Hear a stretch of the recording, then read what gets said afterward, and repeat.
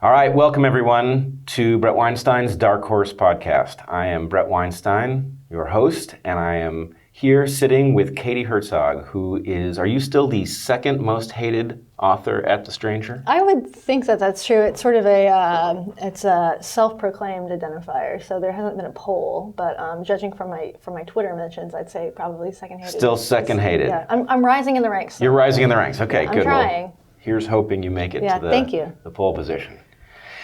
So welcome, and thank you for doing this. Yeah, good to see you. It's great to see you. We were on a panel together last night with Heather Hying, where we talked about the necessity of hate speech, which was an interesting topic, near and dear to both of our hearts, I would say. We both love hate speech. Oh man, yeah. So I read on Twitter.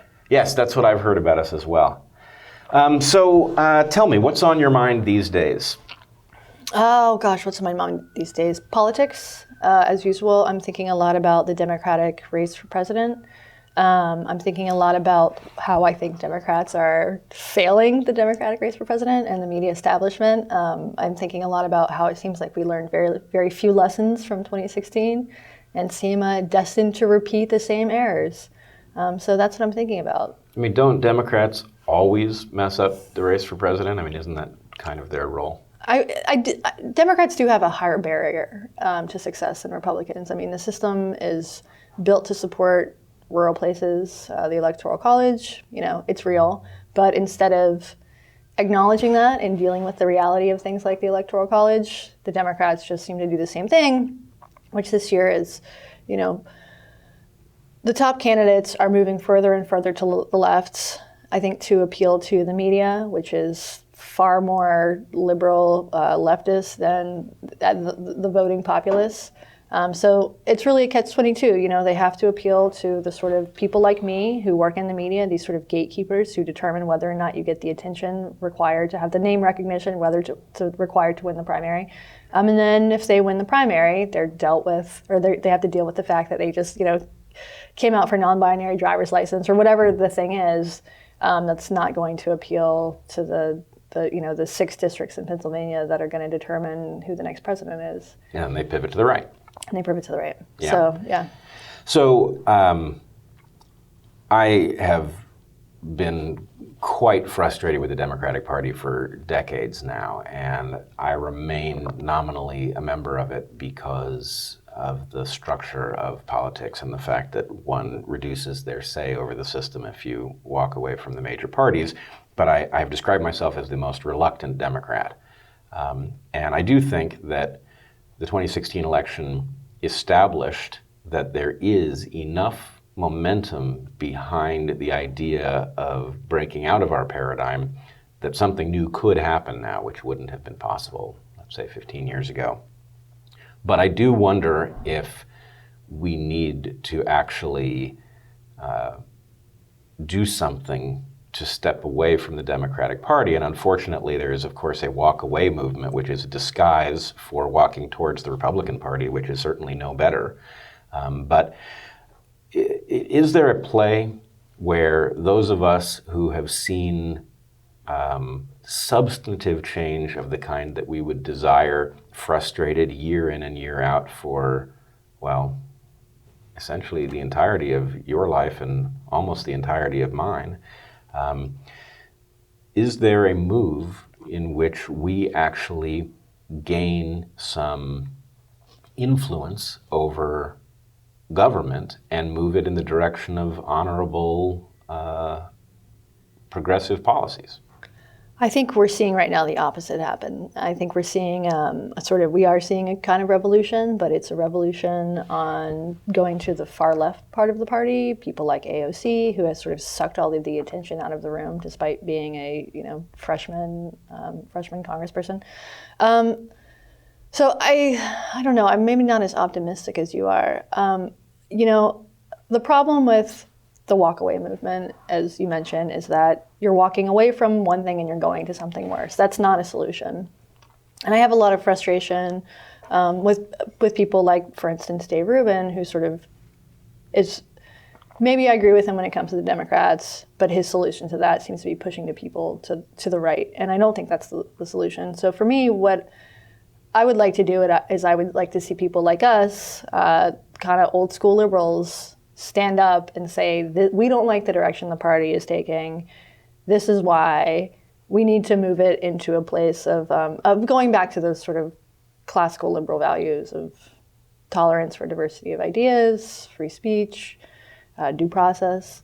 But I'm not seeing that. What I'm seeing instead is people incredibly frustrated by sort of the wokeness of the Democratic Party, essentially registering a fuck you vote. They're going to go vote for Donald Trump just to say fuck you to the Democratic Party. Yeah, which unfortunately I understand more than I would like to. I agree with that. I spoke to a Trump supporter, a former Democrat who considered himself a lifelong Trump supporter, working class guy, who voted for Donald Trump. And I interviewed him a couple weeks ago, and I'm going to talk to him for the next year until the election and check in and see how this guy, my goal is to change one person's vote. So I'm trying to change this guy's vote. And he explained to me, it's not about policy. It was never about policy. He hated Hillary Clinton because she was elitist, she was condescending, and she called half the country deplorable. And it's so, and he recognized that this is counterproductive to his own well-being because Donald Trump is not actually fighting for the working man, right? But he hated Hillary Clinton. And I don't think people realize how strong that is. And maybe part of it's about sexism, maybe, I don't know. For whatever reason, people have hated her in particular for the past 30 years. And that didn't change when she was running for president, obviously. I mean, I think one of the problems with Elizabeth Warren is that she looks too much like Hillary Clinton. And they don't really look alike, but they sort of look alike, you know? Loosely. Well, I must say, I have a very visceral response to Hillary Clinton. I had the same response to Bill Clinton. I was never for 1 minute a Bill Clinton fan. There are things I found remarkable about him. I think he was very eloquent and he did speak to something in people, but I just don't trust him and I just don't trust her. And the thing about Trump is he did successfully muscle out of the way the crime families that had been holding us hostage for so long. But basically, he's a new crime family. Right. And right.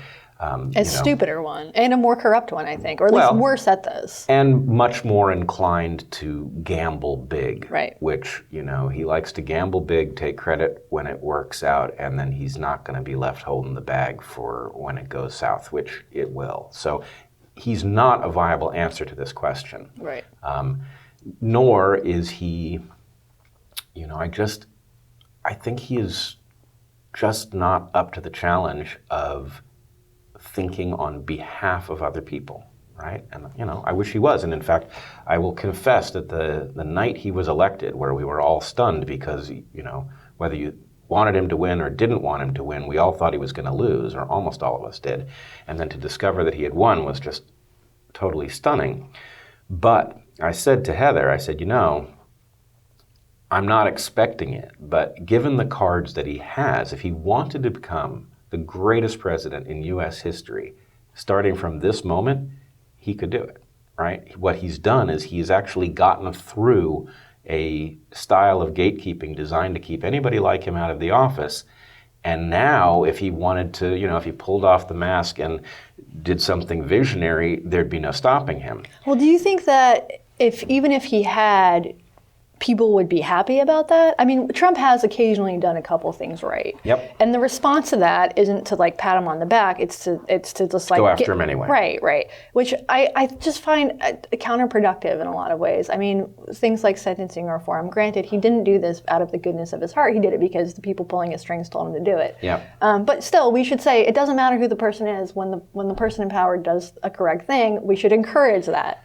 Well, let's put it this way. If he had done it, he would have had whatever this thing is that is emerging outside of the mainstream media, the real conversation of which this podcast is a part, of which your column for The Stranger is clearly a part, whatever that discussion is, would have anteed up, I believe. Had Donald Trump revealed himself to be a visionary maverick who was not of the system that had held us hostage, there would have been a lot of us who would have defended him. That's not what emerged, obviously. I don't really think the person has it in him.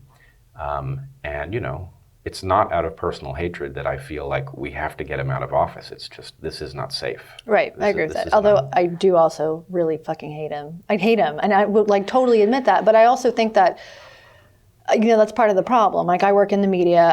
I'm very transparent about my feelings about Donald Trump. But people like me are all over the media ecosystem. And when he talks about fake news, I mean, he took the term fake news, he took this very real thing, and he distorted the term, he rebranded it, and made it any criticism of him. Yep. The truth is, the media is biased against Donald Trump. Yep. I mean, no question about Absolutely. it. Right. Well, so personally, just the way I tick, I hate very few people, right? I have a very strong negative reaction to the Clintons, but I wouldn't even call it hate. It's just like, wait a second, that's influence peddling. That's corrosive to the very things that the country needs to stand for. And frankly, I think, so in short, I don't hate Donald Trump. I don't think it's productive. It's not productive. And in fact, it's counterproductive. Right. But with respect to the Clintons, the reason that I maybe even feel more strongly about them is that my lifetime overlapped a transition in left-leaning politics. And basically what I saw happen, and I know I'll get a lot of pushback for this, but what I saw happen was the Republican Party innovated a kind of influence peddling and catering to a corporate entity that did not have our best interests at heart, and it got very good at it. And instead of challenging it, the Democrats mimicked it, and they became the alternative. So now that we have two flavors of corporate rule. And what got ushered out was the historical obligation that the Democratic Party had to working people, to common people. Well, if no party represents common people, you end up where we are now. And so I guess the problem that I have with the Clintons is that they represent the Democratic Party turning its back on working people. And now the Democratic Party is effectively making the argument every single election, well, who are you going to vote for? The Republicans? Are you going to let them win? Are you going to vote for a third party? Are you going to hand this to the Republicans? And it's like, look, how many elections do you get to threaten me with the Republicans winning before this is your fault rather than mine? Right? You decided to make that bargain. You want to become popular? There's a very easy, straightforward way to do it. Start representing common people. Right. Yeah, no, I think you're right about that. I think that there are a lot of forces to blame for Donald Trump winning the election, but I think the first one should be the DNC and the Democratic Party. And Hillary Clinton was a terrible candidate. I was one of the few people who thought that she was going to lose because I'm from North Carolina. I don't know a wide variety of conservative people, but I sort of know enough to know how people feel about Hillary Clinton. My girlfriend's parents are Alaskan. They're very Christian. They hated Donald Trump. They still voted for him because they called her a snake in the grass.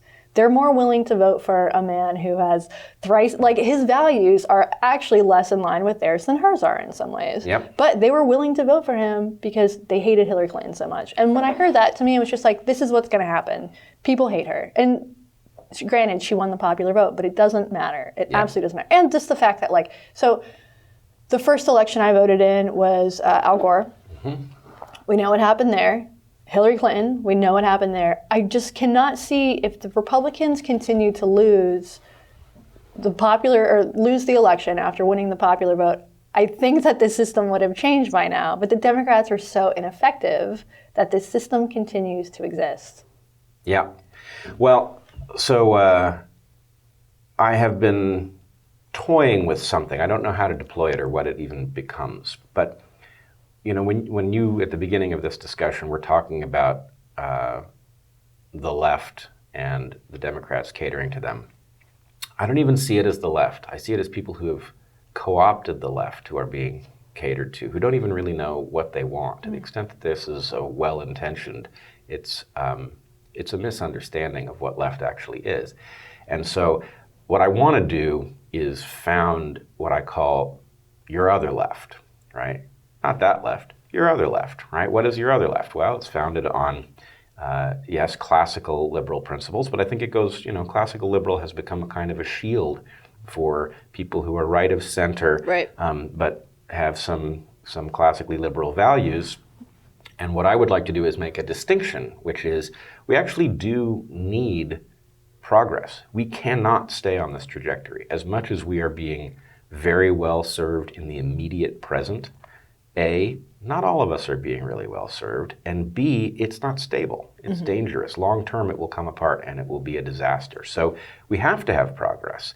And what I would like to see is a very sober discussion of how one moves forward without making the classic errors that people on the left tend to make, where they see an opportunity to make things better and they don't understand that they also are in danger of making things worse. We need to have that discussion. And anyway, this is a very strange era to be in, but one of the things that's very positive about it is that it is causing people to emerge into public consciousness who I think under ordinary circumstances would never be heard from. People who are very creative and dynamic, and I'm thinking of you actually in this context very specifically, that you know, I don't know how many of my listeners will be familiar with you, a lot of them, but not all of them. Yeah. But you have done a great job of being true to your liberal beliefs, and I would say you're, like me, quite far left, while being honest about what we don't have straight over on the left. And I think my favorite thing about what you're up to is the way you are wielding humor in order to be able to say very uncomfortable things. Thank you. And I think it's wonderful. Thank you. I appreciate that. But it's also, you know, I think this is actually probably an ancient mode. I mean, in other words, that we have a mystery. There's an adaptation. Yeah, what is humor, right? Yeah. It's not some frivolous thing to entertain you. Right. Right? It's way too deep for that. And the way it functions is way too complex for that to be the explanation. So in part what it has to be about is navigating stuff that you can't come at directly, right? And so causing people to have that kind of whiplash they get at the moment in the joke where they suddenly have the real meaning revealed. If they get the joke. If they get the joke, right. Well, but even the line between those who do and don't get the joke carries so much meaning. I mean, how horrifying is it to be in a room of people when the joke is deployed and you don't know why everybody's laughing? Right? Or you laugh when nobody else does. I mean, that's a disaster socially. Yeah, totally. Yeah, and for good reason. Yeah, it's an interesting hypothesis. I hadn't ever thought of humor as an evolutionary adaptation, but I suppose everything is. You know, in your world, especially. Well, what I would say, I've deployed a little test for is the presumption that something is an adaptation. Yeah. And basically, if you have something that is complex, that persists over evolutionary time, and has a cost that could be reduced, then you know it must be paying at least that cost and then some, or it wouldn't stick around. So, to me, things like humor, consciousness, religion, music, all of these things are slam dunks. They're adaptations. That's not the hard question. What could they possibly be for? Right. That's a good question. Getting laid, isn't that the answer? That almost goes without saying. Right. Although I'm a lesbian, so I don't know how humor, deploying my humor to bed people who can never bear my children is really going to help me. But humans are weird. Well, humans are. So my advisor was a guy named Dick Alexander, who was a wonderful guy, very funny. He was very polarizing. He was well loved by people who liked him, and in my department, he was despised by people who had challenged him and lost. But anyway, he holy shit, what were we talking about? Sexuality. No, we were talking about the fact that you were deploying humor to people who couldn't possibly. Did you say bear your children? Bear my children. Bear my children. Yeah, it's a good one. So anyway, Dick wrote a paper, a great one, that was titled "On the Humans as the Uniquely Unique Species." That's not the exact title, but anyway, it's a great paper. And the basic point was that, all species are unique, but humans are uniquely unique. And so when you say that humans are weird. You ain't kidding. Yeah. We're the weirdest species there is. Yeah. There's something I want to ask you about. Yep. So, all right, so there's this replication crisis, and specifically in like social science, right? Yeah.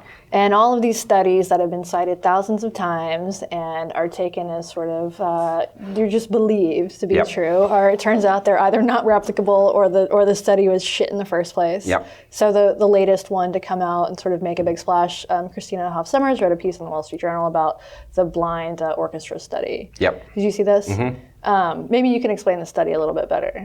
Well, the blind orchestra study basically said that the number of women who were hired into important positions in orchestras went up dramatically when the auditions were held behind a screen that masked their gender. Right, and it turns out that this was not actually true. Right. Right.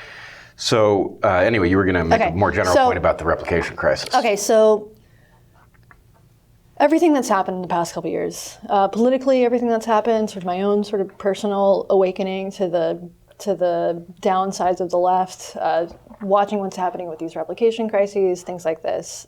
The Me Too movement, my sense of what is real and what is not real has become much blurrier. And there's one particular avenue where I find this the most concerning, and it's climate change. Yeah. Because what I've realized is that I'm not a climate scientist. I don't actually know. I could look at the data and I wouldn't be able to tell you what it says. It'd be like reading Esperanto. I could actually probably read Esperanto better than I could study on snowpack or whatever. I can trust scientists. I do trust scientists. I trust the scientific method. Oh, that's and I where think you're there's going wrong. right. Well, I the think scientific method is a different story. Right. So there's a difference between climate science and social science, for sure. But I still find myself saying, like, if everything else that I thought was true wasn't true, what if this other thing isn't true? And it's really fucking with me. I mean, I covered climate, I was an environmental reporter for years. I do believe in climate change.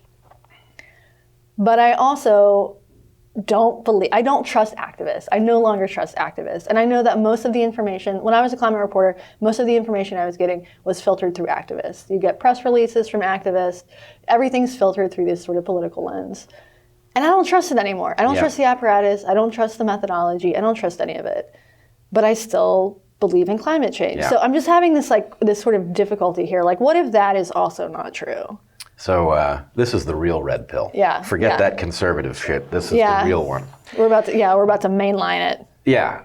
Well, but I guess look, on the one hand, I actually viscerally feel your pain. I know exactly the revelation that you're experiencing, and boy, is it frightening. Yes. On the other hand, it's really marvelous that you're there. Right. Because the tiny number of people on the other side of that thing need you, right? So you've pushed play on something that has a lot of threads. Let's explore them, and then we'll see where we end up. Mm-hmm. This replication crisis has nothing to do with social science. Right. Nothing to do with it, right? What it has to do with is an opportunity, a niche that exists inside of academic science, right? Social science is maybe the most vulnerable to it because the other things that compete with this niche are less strong, right? So because social science is a little bit iffy to begin with, the replication problem pulls harder, right? It doesn't have a countervailing force. But you're going to find this everywhere that p-values have been utilized. And p-values have been utilized across science. And I should say, I will pat myself on the back for this one. I was shouting about this long before replication crisis had ever arisen as a term, right? The problem with p-values is that they don't say nearly as much as you would like them to say. And so effectively what they say is, we have a pattern that we've seen, it has a strength, and that strength needs to be above the level where we would expect to see it by accidental random sampling error. And so what we want is a situation in which 19 out of 20 times you wouldn't get a pattern that strong by random sampling error, right? But 1 out of 20 you do. Now, the problem is, if I run a bunch of studies and they don't get a significant p-value, and then I run another study that's no better and it does, and I publish that one, Right. I don't you don't publish the negative. Right. Yeah, the point is right. the p-value actually Right. means nothing. Right. And worse than meaning nothing, what Yeah. it does is it pseudo-quantifies our level of certainty, which we have no basis for. So this has been a vulnerability from the beginning. Yeah. And what it means is we have no idea that things that are based on p-values, unless you have information about everything, all of the work that was done, you don't know how to evaluate them. And then worse is, even if you did have all of the data of all of the studies that were run and didn't come to anything and never got published, you wouldn't know which ones of them were done well. So some of them may not have been published because the people who did the experiments felt like, I didn't quite get it right. I think there was a flaw in the way the data was collected. So they jettisoned those for good reasons. That's not real data. But then the other ones are real data. So we have no basis to calibrate. Right. Are journals less likely to publish a study that has no sort of finding? Of course. Yeah. Yeah. Of course, because the journals are in an economic competition that is nowhere in the scientific method. Right. Okay. So this is, oh God. So basically, the work that would establish some baseline is not being published, and the only thing that we're seeing is sort of impressive values. You're seeing a sampling error of samples. Right. You're seeing those samples that said X and not those that said Y. This is happening in a milieu where the job prospects are artificially bleak in science. And the reason for that is obscure, right? The reason that job prospects are bad, if you get your PhD, you probably won't get a professorship. The reason for that is that the universities are involved in a kind of con where they are trying to get their classes taught on the cheap so that they can free the professors to get grants. Right. Now, the reason that they want to do that is because half of the grant money or more goes to the university. So that makes a priority of freeing professors from teaching. How do you free professors from teaching? By getting a lot of graduate students, right? So how do you get a lot of graduate students? You make more graduate students than there are jobs, which then puts them in more intense competition when they graduate, which then results in them being much more compromised ethically because they can't say the true thing when the popular thing is what's going to get you the job. Is this going to be an effect in climate science? Unfortunately, it can't help it. Right. If you are going to try to get a job in climate science and you're going to publish something that says, wait a minute, maybe things aren't as bad as we think, you're going to get crushed. And so the terrible fact here is that if there's one thing we can be sure of, it's that climate science as a social endeavor is polluted by the same perverse incentives that have polluted social science, and that has a blinding effect. So we don't even know what we're looking at. Right. I mean, it makes total sense. Right. This idea that that the world's going to end in 12 years, I sort of like to freak people out because it's a little bit fun. But the reality is there are consequences to this. There are kids in middle schools being told that they're not going to get to grow up to be adults because my parents' generation screwed them over or whatever. Exxon did it or whatever. Just psychologically, what is this doing to people? Well, but we haven't even begun to go down the rabbit hole yet. Because here's the thing. It's not even necessarily wrong that the world's going to end in 12 years. It's not going to end in 12 years if we extrapolate linearly or even exponentially from where we are. But there is a pathway there that's very direct, which has to do with frozen methane in the Arctic, of which there is a tremendous amount. And it needs to stay that way. It needs to stay frozen. Yeah. Right. And the problem is that there is likely a threshold that we will cross where the release of methane from the Arctic will so dwarf our contribution to the atmosphere from burning fossil fuels that this process will run away. That could happen this afternoon. And there's reason to think we might be close to that threshold, which is, this is the other side of the coin. Do we know that the models that are being published in climate science are reliable? No. We can be pretty sure that there's a lot of garbage there. Now, it's possible that the noise is dwarfed by the signal. It's possible that the models are good. They're just not nearly as good as we claim. But it's also possible that the models are really just garbage. And I would say one thing that is important to understand is that there is I'm constantly frustrated by the absence of philosophers of science in our science debates. Because they're, in some ways, we've paid to train them to navigate some issues that are very important, but almost none of us understand. Mm-hmm. One of them, in this case, would be those models are not actually good for testing anything. Mm-hmm. The system is too complex. We don't know enough about it to use them as a test of what's going to happen. But we can use them to generate predictions of what might happen, which then can be tested in the world itself. So if we could navigate that boundary carefully, we could use the models and we could find out how good they are. But if we're going to use them to test ideas, then it becomes a delusion. Mm-hmm. So the question is, if the models are suspect, which they have to be, what do? Do we say, well, this is, all a bunch of people panicking. It's a left-wing conspiracy. It's a left-wing conspiracy, this, that, and the other. I don't think so. That's sure not where I come out. No. Where I come out is, first of all, there are other things that aren't model-based that ought to alarm us. Mm-hmm. The retreat of glaciers, for example. That's something you can see with your own eyes. It does not require a model. Even more frightening, I would say, is the discovery on the Yamal Peninsula in Siberia of these new craters. You know about them? No. I don't know why the images of these things are not among the most famous images on Earth. But the story is that some petroleum workers were flying over this peninsula, this tundra peninsula in Siberia, and they spotted a giant crater that was new.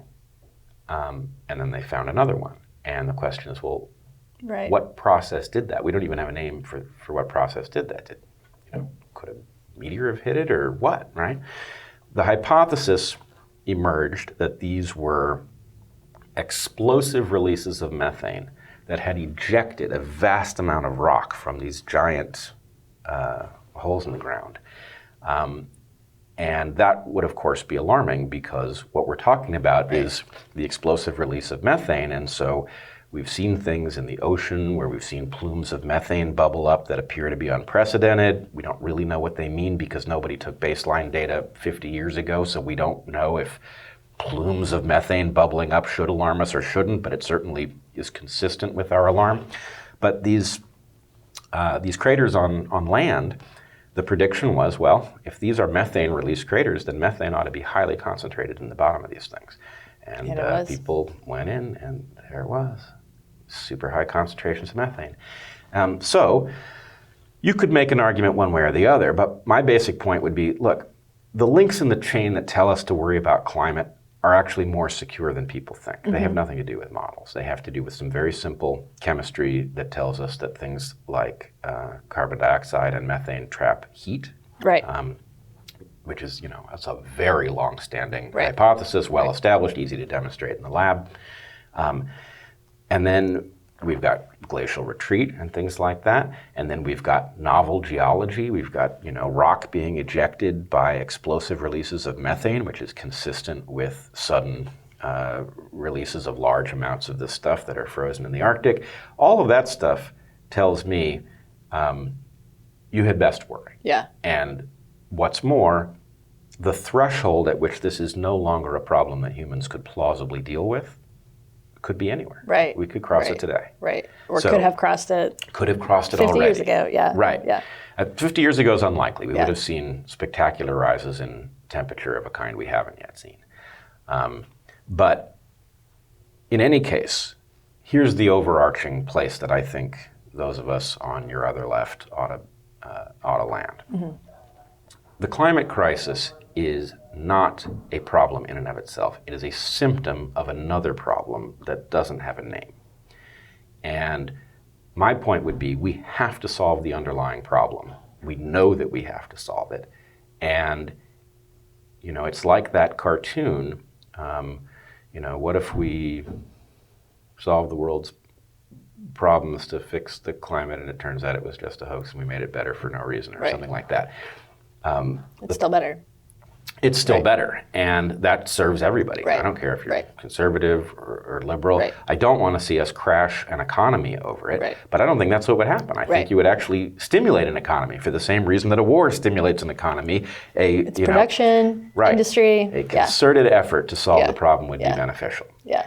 But the underlying problem is one of chronic, unsustainable activities, where we are addicted to any process that makes a profit, and at the point we discover why it can't be sustained, it can't be reversed. Do you think there's some evolutionary explanation for this? For instance, our ancestors, chimps, shit off of a limb or whatever, and don't have to deal with their own byproducts of their own pollution. I think it's worse than that a little bit. There's an indifference, a lack of understanding of the consequences of our behavior. But worse than that, we are the descendants of winners. Every single one of us, right? In fact, every single one of us is the product of an unbroken line of reproduction that stretches back 3.5 billion years. So as much as being a winner is a pretty rare thing, we are not that all rare. on Yeah. a winning streak. Yeah. Well, it's rare, but we're it, Right. all of us, right? So what were our ancestors doing? Well, one thing they were doing was they were not foregoing the use of resources that they had acquired, right? There was a tendency to capture that which could be captured and to turn it into something in motion. And frankly, that can be bad. Lots of populations have done themselves harm and in some cases gone extinct because they overexploited a resource. But in general, before industrialization, it wasn't that dangerous, right? There was only so rapidly that people could, deforest the Amazon Right. if they were using hand tools. Right. Right? So it was sort of self-limiting. Now it ain't. Right. I mean, have you seen some of these videos of these machines Yeah. that strip trees? Yeah. And that's another thing that, so I live in Western Washington, you live in Oregon, lots of logging around here. And there's this, and I think there is more, I'm speculating here, but I think that logging has uptick since Trump came in office. And there's this idea that, you can sort of sell it to people as a job provider. It's not a job provider. It's one dude with a button. Yep. This is not, you don't see, it's eventually, logging trucks will be automated too. So that's not going to provide people with jobs either. It's just this sort of slash and burn. It's incredibly depressing to just drive around these, sort of beautiful forests and see they've all been decimated. Oh, see, they've all been decimated, except that they were decimated in a way, there was a computer program, as I understood it, that actually would predict what a particular clear cut would look like from various places that it could be observed. Right. And So they have a screen there's on a the curtain. Right. Yeah. So Oregon has that. Washington doesn't have that curtain as much. So you can actually see it. But if you're driving from Portland out to the Oregon coast, they make sure that you can only see the old growth on the side of the road. Yeah. Now it's like blinders, but they're on the road instead of on your head. Yeah. It's very sad. Yeah, I've tried to take this sort of the really long view on climate and on sustainability because humans are destroying the planet. That's undoubtedly clear. But ultimately, if you take the really long view, it ultimately doesn't really matter. 30 million years ago, Arizona was an ocean, or I'm making up the time. If you stop caring about humanity, so I try to be sort of nihilistic about it, eventually, the Earth will recover. In different ways, perhaps it might. It's not going to be the pristine globe that it once was. When humans disappear, all of the nuclear waste will melt down, and all of the dams will need to be torn down, and all of those things. This is why I'm in the voluntary human extinction movement, because I think if we took a couple generations, tore down dams, decommissioned nuclear power plants, and sort of gradually faded off, we leave the planet for another species to rise and destroy, and it'll just continue to happen. Well, please. Take whatever efforts that you would put into voluntary extinction. It's very low effort. Very low effort, but put them into stable dry cask storage for all of that nuclear waste. Yeah. Because that's a problem. It's a real problem, and people don't realize how significant it is. But look, ultimately, no one gets out alive. Right. There's no escape for humanity. Even if we escaped the Earth, the galaxy is going to crash into the neighboring galaxy. Right. Even if we escape that disaster, you don't escape the heat death of the universe. So ultimately, there's no point. Right. On the other hand, you could say the same thing about your own life. And For yet sure. here you are. And yet here I am. And yet here you are having a right. conversation. I bet you're even going to take your next breath, even though I will take my there's next no breath. philosophical justification for it. I will take my next breath, but I will not have children. Although Why not? Well, because I don't want them. I mean, well, that's that's a the good reason real. not So to. that's the real answer is that I don't want them. But I can sort of pose it as this heroic, like I don't want to contribute to overpopulation, blah blah blah. At the same time, I will not be adopting children either because I still don't want children. I like to sleep in. I don't want plastic. I don't want to step on Legos. It's purely aesthetic. Yes. Well, I'm a parent, and I suffer from the delusion that it's marvelous. And the world needs more children with parents like you. But to the extent that you don't want kids, don't have them. Yeah. But the fact that you're going to take your next breath puts the Presumably. lie to the idea. Right. I mean, we could just wait and see. All right. Still breathing. Yep. All right. So that puts the lie to the idea that it's really okay to let humanity run its course. Well, for the individual, right? So, but for the future generations that don't exist, I don't think there's anything inherently sort of tragic about that. Well, there kind of is. In maybe a poetic way. Well, let's put it this way. I know I'm going to die. I know humanity's going to go extinct. And it doesn't diminish my desire to, A, see what I can make of the short period of time that I have on the planet. That's an amazingly cool game. And I also think that philosophically speaking, there is sort of an objective that I think if we all thought really clearly and talked to each other and spent a few years getting it sorted out, I think there's a thing that we would land on that's actually like the moral imperative, right? The singular top moral imperative. And I know a person who says such a thing has to be kind of crazy, but because life is cool, we are more or less obligated to see how many human beings we can give that experience. Yeah, I agree with that. I mean, it's a pretty utilitarian argument. Yes, except you have to be careful with it because that does not mean let's see how many people we can get on the earth at once. It's got to be quality. Right. In order for it to be quality, in order for it to really liberate us to do cool, amazing stuff, the population has to be low enough, our rate of consumption has to be sustainable, all of that. But if we could do that, if we could stabilize the earth so that there was no expiration date on humanity, right, then how many people are we giving this marvelous gift of, hey, you know what, you're going to get 85 cool years in which to see what you can create. It's the most amazing video game there ever was. You can build, you can create, insight, art, whatever you want to do. That's a wonderful gift to give to people. And to give up on humanity is to deny it to an indefinitely large number of people downstream of us. I agree with that, but there is also true. It's also true that life is also suffering. I mean, suicide is one of the highest causes of death in the Western world. So life is cool, but life is also terrible. Well, let's unpack that a little bit. There is suffering in life. Life wouldn't make any sense if there wasn't suffering. Each individual has to face a certain amount of suffering. In fact, suffering is clearly an adaptation. It has to be. That does not mean that intolerable levels of suffering, of the kind that cause people to kill themselves, are okay, or even that we're stuck with them, right? So the thing I'm imagining that we're sort of obligated to pursue is a world in which nobody has to face that kind of despair, right? Yeah, so you're talking real low population here. Not necessarily. Look, if I was dictating the course, I would say, look, we've gotten to a place where almost everything can be done electrically, okay? So let us shift to electric. Why?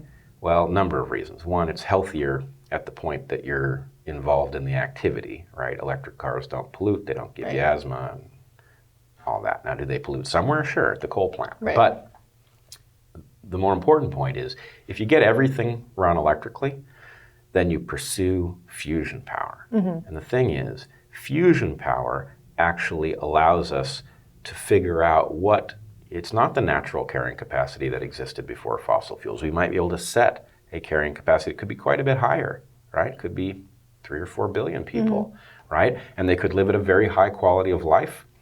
And if you've made everything electric, then at the point fusion energy becomes viable, actually you can take all the stuff that you're already using and just plug it into a different source, and suddenly you've reached a potentially sustainable alternative mode for human existence. And so the way I see this, we are up against the wall with respect to the unsustainability crisis, fossil fuels being one manifestation of that, but far from the only one. But we are, we're standing on one edge of a gap.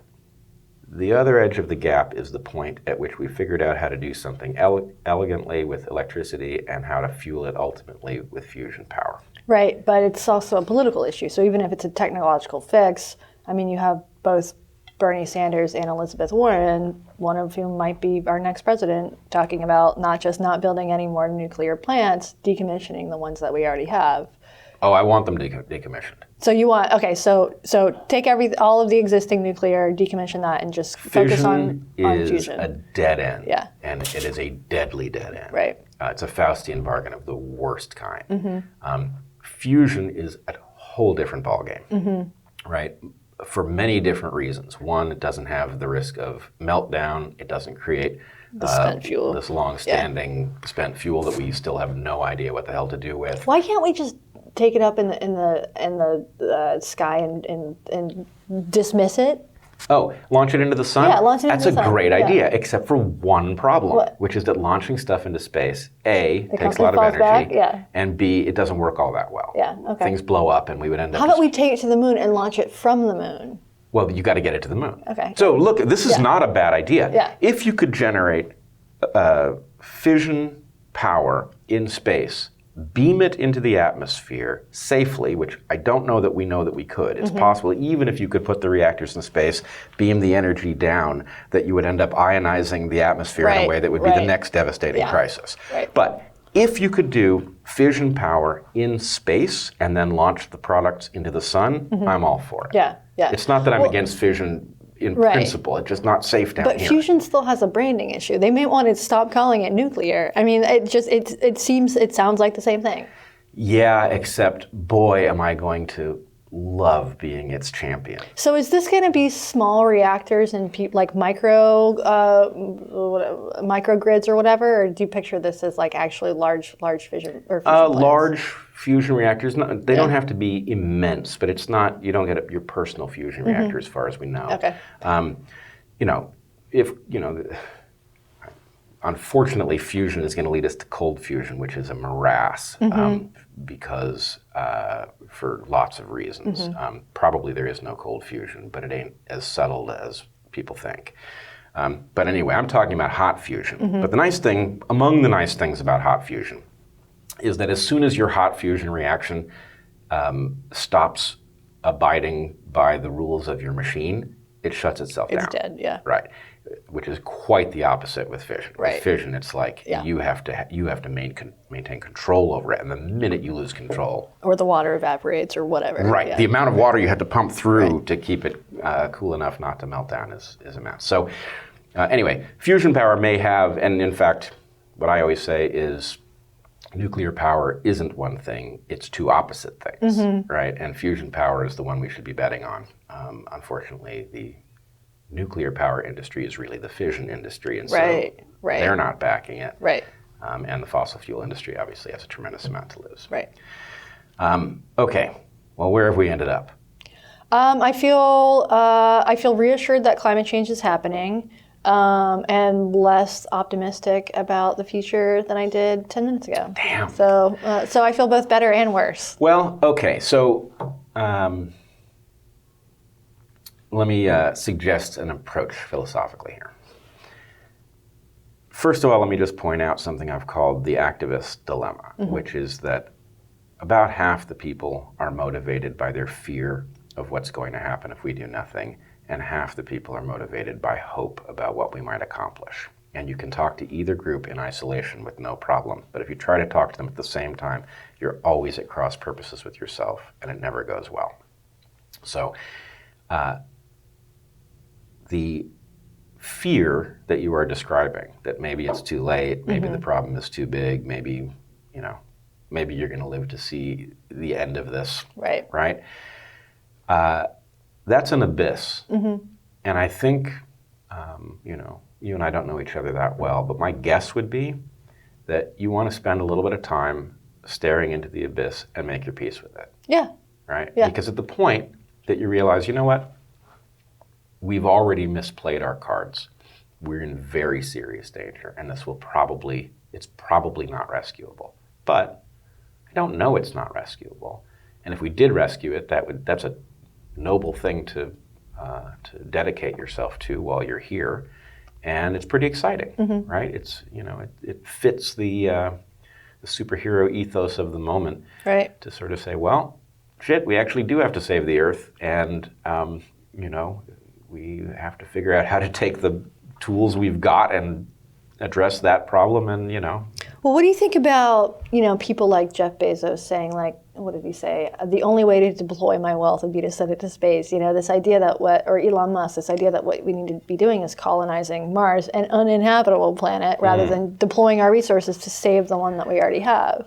Yep, it's nonsense. It's nonsense. It's nonsense. Yeah. And it's not that I don't understand what they're saying, and this pains me a little bit. My brother has a version of this too, which is we've got to break the speed of light speed limit that limits us because it's keeping us from getting to places we might actually be able to persist, which in principle I don't disagree with.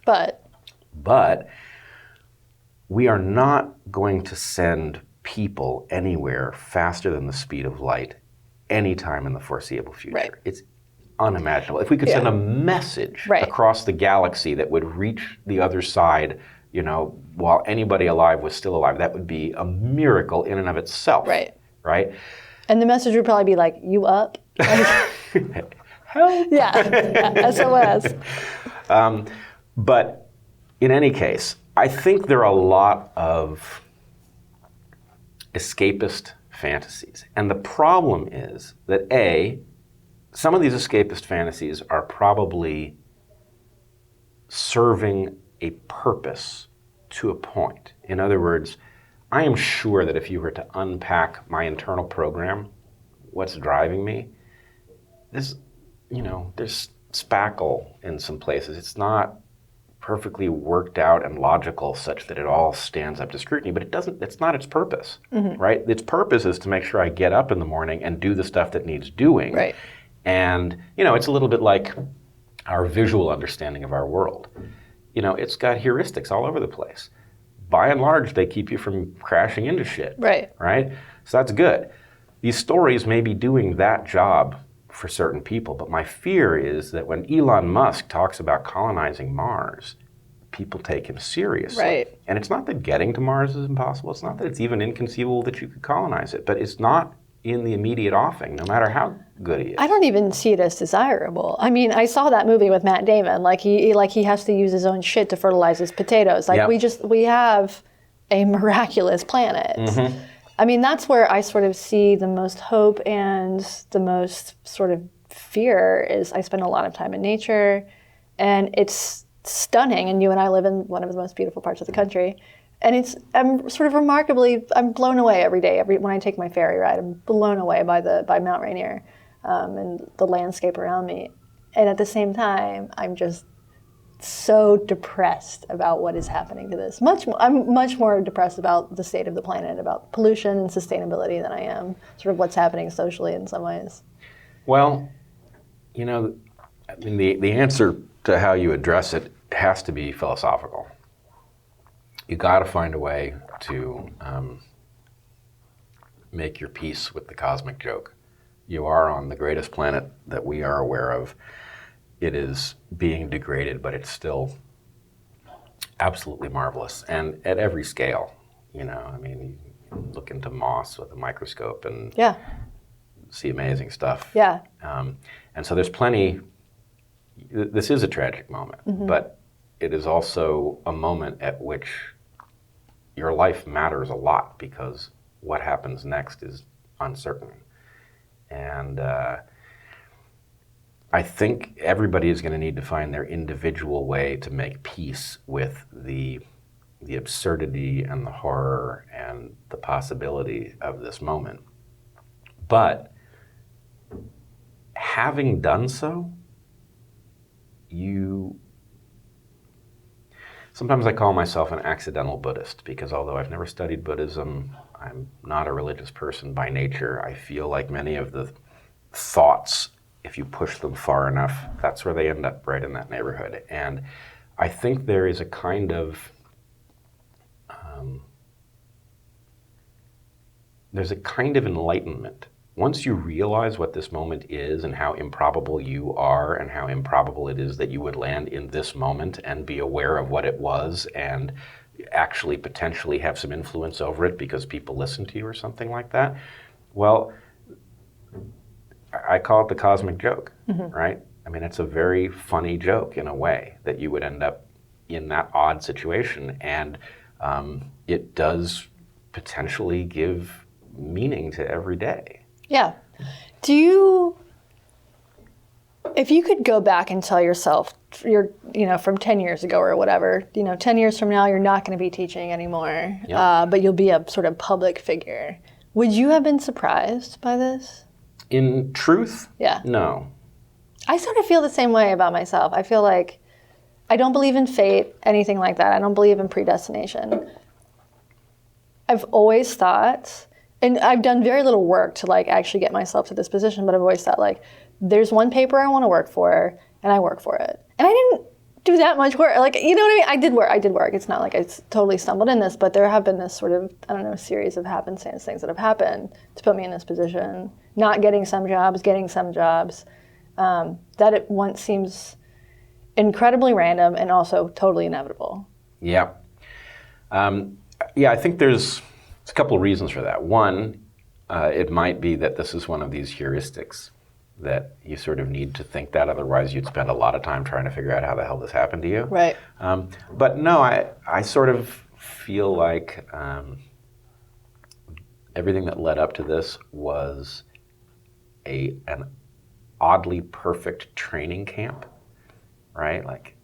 I got to see this in microcosm before it suddenly became large scale. And anyway, it does feel oddly natural. I feel like an odd person for the job, right? I feel like looking from the outside it'd be a bit of a head scratcher, but from the inside, it feels rightish. Yeah. Yeah, I felt the same way, but also it's also terrible, but also right, Well, but I mean, the circumstances that have led us to being in the positions that we are in are not necessarily positive ones for the culture. They are not. Right. They are not. Right. On the other hand, and you're the type specimen for this, but the number of really fascinating, truly decent people that I have been put in contact with by what happened is stunning. And just the fact of being able to participate in the conversations that matter is, it's a privilege. It's delightful most days. And so anyway, I mean, one could exert a lot of skepticism at it, but I'm not sure why. I think the thing is, this is a very odd thing to have happened, but do you have is there one sort of belief that has changed for you since all this happened? Something that you're very shocked to realize that you now believe is true, or something that you did believe and now don't? That's a good question, and I wish I had a really compelling answer for it.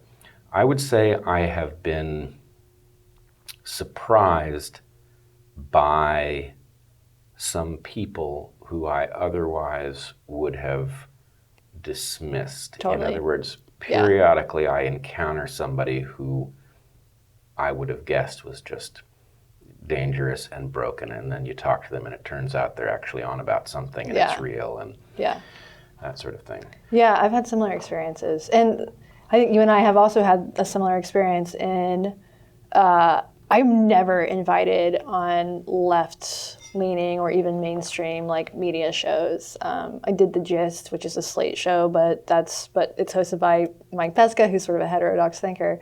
But I'm on conservative podcasts every week, or shows like this that are more heterodox. Never. I've been on NPR a couple times, but those invitations have really dried up. Yeah. And that's surprising to me. Yeah, but I think it really tells us where we are. Yeah. And, I don't hate it. I sort of think it comes down to people like you and me who can tell that story and just say, look, the left didn't show up, but this other thing did. It's the true left, and you don't know it unless you've been paying attention to certain quadrants, but it's the real deal. I find it problematic in the sense that, to borrow a phrase from our SJW friends, I find it problematic in the sense that I would like the things that I believe to be reaching a wider audience of not just conservatives and heterodox thinkers who are probably more inclined to believe me and trust me in the first place. I would like to be reaching an audience that is of the left and disagrees with me in a way that we could have some constructive dialectic, but it doesn't happen. They don't want to engage. I think it is happening. And I think the problem is that we have a wrong story in our heads about what to expect about the way people change their minds and broaden their minds. And so I see a slower game where you say something, you get mocked or crushed or whatever it is that happens, but in that, some number of people have changed their minds. And the point is, the next time you confront that same thing, the dynamic unfolds differently in a way you can't detect is the result of what happened the first time, but it is. Right. And so, as you and I have talked about, I felt very much like there was a deliberate attempt to throw me out of the left because it was very inconvenient for people who were self-described leftists to have me around. I know the same thing is true for you. There's a point at which you don't accept the offer of, okay, now you've been red-pilled, now you're a conservative, right? You keep saying, no. Yep. Same liberal I was. I'm not backing down. I'm listening to arguments. I'll grow if I've missed something, but I'm not backing down because I'm unpopular on the left. Right. And that has an effect. People see it and they listen. And so, on Twitter, for example, sometimes you'll say something and you'll get a ton of pushback, like mean pushback.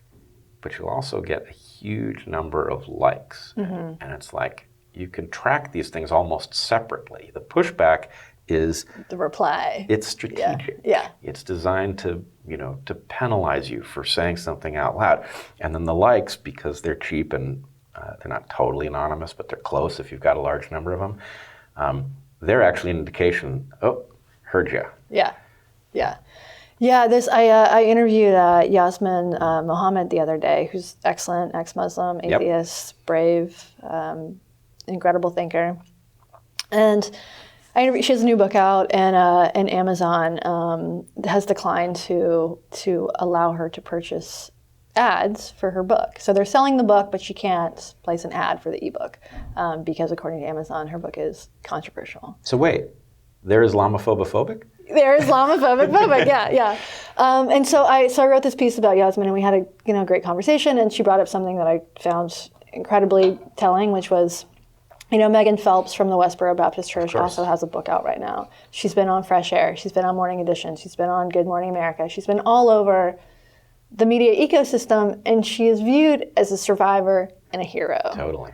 Yasmin Mohammed, who was arguably treated worse under Islam than Megan Phelps was under her fundamentalist Christian cult, she's not a hero, she's not a survivor, she's not a victim, she's an apostate or an Islamophobe or a racist. That's a beautiful parallel. It's insane, and it's so obvious when you see it. Yep. It's so obvious, and obviously Sam Harris and other people have been talking about this for years, that any criticism of Islam is considered racist. However, that you can criticize Judaism or Christianity, that's totally fine.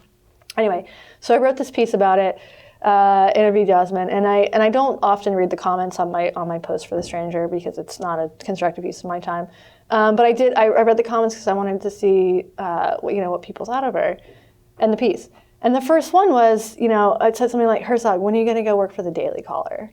And this idea that because I object to the beating of children and the oppression of women all over the world, that somehow is a conservative value is just, what? Yeah.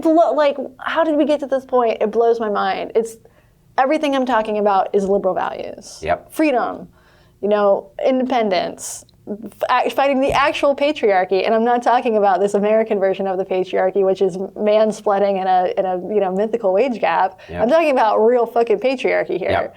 And that somehow is a conservative value to push back against that. So, first of all, I resonate with everything you just said. Do you have the experience, you must have the experience, of you get that nasty voice that's trying to cause you self-doubt or cause you to think that that you appear loathsome in the eyes of outsiders or something like that. But you must also get people defending you. Oh, for sure. For sure. And it's one of those things where it's like, you don't think of the defense. You remember the one tweet from an anime avatar from somebody I've never heard of, who probably doesn't exist. It's probably a bot or whatever. Like, you think of the one, you remember the hate and not the praise. I mean, I do get a lot of support. I've also found that support often comes privately, and you might have had this experience as well. Yeah. The support is emails, the hate is tweets. Yeah, although, first of all, as you point out, and I don't think just because it's some account that may not even be a real person, that it doesn't matter. Mm-hmm. I think those are there to steer the conversation. And so you may blanch at something, but the idea is they're trying to steer the conversation about what you're saying so that it lands on certain things. It's always ad hominem. Yeah. Well, here's one. So I get in trouble. There's certain topics which I get in trouble on. One of them has to do with my view of sex and the way it is unfolding in Western civilization. I have the sense that we are treating sex very frivolously. As though it doesn't exist. No, I'm talking about sexual attraction and interaction. Right. And my point would be, more or less, this is really powerful stuff. And we are treating it in an incredibly frivolous way. So you're talking about online dating, swiping, that pornography, that kind of... Yeah, I'm anti-porn. I'm anti-casual sex.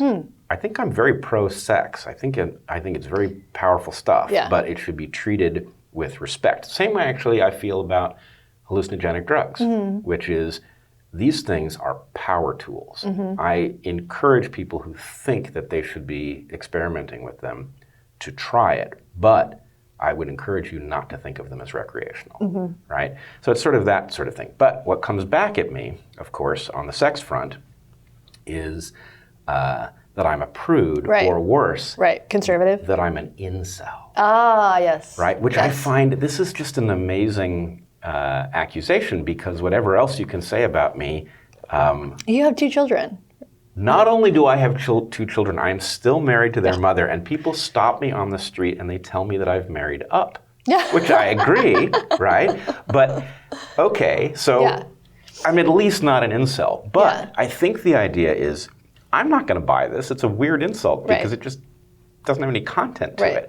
But if you point at me and you accuse me of being an incel, then other people who maybe don't know who I am or don't know who I'm married to or easy to write you off. Right. Well, incel is like, it's a really grotesque category, right? It has the stigma to it. And so if you can just get that stigma to land nearby something, then people like, oh, I don't want any part of that. So what do we do about the fact that these conversations are being steered around us with, I don't know what those accounts are. There's a particular signature that I look for when somebody throws something at me that's particularly awful. Pronouns in bio, is that a signifier? Nope, it's not that. The one I see is, and it's a weird one, they follow a bunch of people, like let's say they follow 700 people. They are followed by a tiny number of people, 150, something like that. They're, in general, not followed by anyone I know, and the account is old, right? They registered in 2012. It's like, what? An old account that has 40 followers? So not someone who participates that much.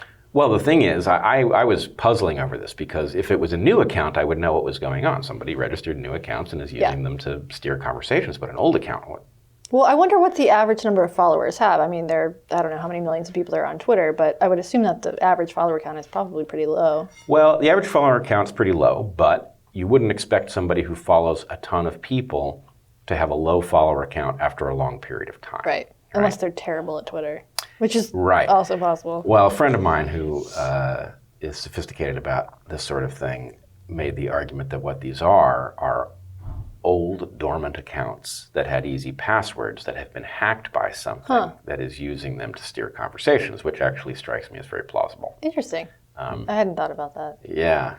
That seems a little conspiratorial to me in the sense that, like, I know who my haters are. I don't know who they really are, but I know, like, so The Stranger, we have a fairly vibrant comment section, and it's not nearly as vibrant as it was, before social media when blogging was at its height. There would be a post with one line and there would be 200 comments or whatever.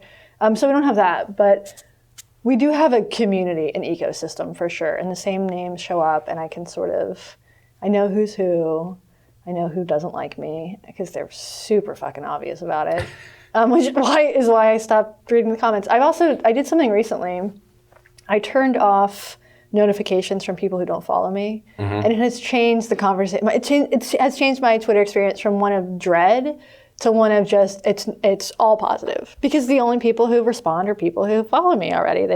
They presumably don't hate me. They're willing to follow me, and I feel a little guilty about that because I believe in open dialogue. I don't think that criticism is cancellation. I do want to be sort of open to to legitimate good faith criticism. But I also am sick of fucking hearing it, and not the good faith criticism. I'm sick of hearing ad hominem attacks. And so for me to sort of function as a person in the world, if I have something that's coming out that's going to be controversial, or if there's been something written about me or whatever, I just turn off, I mute notifications from everybody who doesn't follow me, and it all just disappears, which is a pretty remarkable feature of the platform, that you can the criticism is there. I've just shielded myself. I've made my own personal echo chamber, and I realize there are consequences to that. Well, I think that this is an unsettled question for all of us who inhabit this landscape. So there are people like Dave Rubin, Sam Harris, and others who have tuned out the criticism entirely. Dave muted me. Did he? Oh yeah, after granted, I was being a huge pain in his ass because I was trying to get him to respond to a piece that I wrote in response to something he said. I mean, I had written 1,000 words about this. This wasn't a personal attack or anything, but I'm pretty sure he muted me because I tweeted it at him like every day for like a week trying to get his attention. It failed. Well, which I understand. I mute people all the time. Well, but here's the thing. Right. You have to understand, Dave has deployed a filter that is very intense, in part because what comes out after him is quite intense. Yeah. And largely unfair. Yeah. I'm not saying that there's not a critique to be leveled, and I've leveled it not against him, but to him multiple times. But some of what he gets is just tremendously mean and unfair and not decent. Right. So we all have to set the slider somewhere. Are we going to listen to nothing from the landscape? Are we going to listen to everything, which is bewildering in and of itself? Or are we going to go somewhere in between? Every place you set the slider has significant costs. I think you'd be a fool to set it all the way in one direction or the other. And it doesn't sound like that's what you've done. Right. But how you filter what you hear so that the critique that you need to hear gets through, and the critique that you maybe can't afford to take seriously because it's not legit and it's designed to tie you in knots, right? How you sort between those things is a little bit of an art form, and it's also a moving target, because whatever it is that's trying to get to us, whether it's individuals who are just trying to get into our heads, or it's something more organized than that wants to do away with the alternative conversation, it is trying out new stratagems all the time. So I don't know exactly what to say, but I will say, are you on Reddit at all? I don't post. I look at some. You lurk. Yeah. Yeah, I do more lurking on Reddit than anything, but I've noticed that subreddits go toxic, right? Sam Harris's subreddit has gone absolutely toxic. Toxic left. Is this infighting among his fans, or is this infiltration of people who don't like Harris in the first place? I think, so I think there are two Sam Harris subreddits, and one of them has been effectively captured by some woke something or other. And it's just impossible to have a conversation. But the point is, I don't think Sam necessarily knows that, because I don't think he pays attention to it. Right. And the problem is, it is having some effect on how Sam is understood in the world that Sam cannot navigate because he's unaware of it. Right. And anyway, I think all of us are in some danger, so I don't know where to set the slider, but that it is a slider is important. You know, it's interesting. Every online subculture that I've observed has turned toxic. Everyone. Knitting, mushroom hunting, podcasts, fans of murder podcasts or whatever. At some point, a community that seems, supportive and just there for the love of the thing always turns toxic. And I don't know why that is. If there's something particular about online discourse or the moment that we're in, or human, or the nature of what it is to be a human in general. But I just see it over and over again. Every Facebook page, there'll be a group. The group will splinter off because there's too much infighting in the main group, and then that group lasts for a little while, and then that group falls apart because there's too much infighting in that group. It just seems to be a feature. I wonder. So Eric said something. I've forgotten where he said it, but publicly he said something about the necessity to have a degree of elitism, and it was badly misunderstood by people. I know exactly what he was saying. It had to do with the necessity to restrict conversations to those who are ready to have them and take them seriously. Sure. Right? And I think the problem you're pointing to is that every online discussion, there's a kind of social entropy phenomenon where it's much easier to disrupt a conversation than it is to build one. And so how long can a conversation exist before something gets into it that just ties it in a knot? Yeah. The only antidote would be a force that allowed you to bar more gatekeeping. More gatekeeping, which then does have an elitist problem, which is you don't want to bar people from the conversation who are heterodox. Right. So anyway, that's an unsolved problem, but I do think we're suffering from too much gatekeeping in some places and too little gatekeeping in others. Yeah, I would agree with that. Yeah, it's a serious problem. So I heard you say something on the panel last night which reminded me of something I've heard Heather say, and I think it makes sense for us to talk about it here. You said that because you were a tomboy, that you're afraid that if you were young in this era, that you might find yourself pushed towards transitioning, and that would be a regrettable choice. So I think that I would have, if I were 15 years old right now and I was online and the people around me were transitioning or saying they were non-binary or whatever, I think I would be one of them. I was, sort of the new narrative is that if you are a girl who likes quote unquote boy things, if you have short hair and like the color blue and play sports, I was the only girl in Little League, I was that kid, then you're not a girl, you're a literal male. And I think I would have been captured by that. That said, I also happen to be the child of a man who taught human sexuality and evolutionary psychology for 30 years, and who is very familiar with the work of Michael Bailey and Ray Blanchard. And so I happen to have a father who is much more probably critical and aware of the evidence and the data around transition than most people would have. So I'm not sure that my parents would have allowed me to do some sort of, juvenile transition. But most people's dads are not sex professors. Yeah. Yeah.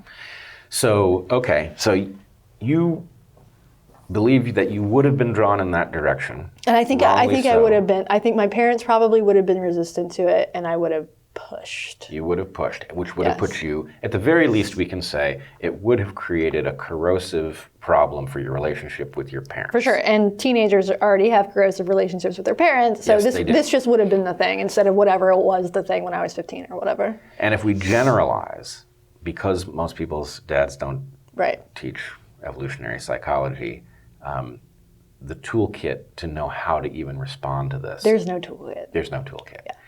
And this raises so many frightening questions. I mean, so, Heather was absolutely a tomboy also. And I must say, one of the things I think it takes a while to understand about what Heather and I are saying about sex and relationships and stuff is that on the one hand, there are some traditional aspects that I think we're throwing away too easily. On the other hand, our relationship isn't traditional at all. It's really symmetrical, right? Mm-hmm. Right? She's very much the woman, I'm very much the man, but, we play similar roles in the world. Right. So anyway, there's a lot of room to re-navigate stuff for modern realities. But Heather was a tomboy. She also feels that she would have been pushed towards trans in the modern era. And the fact is,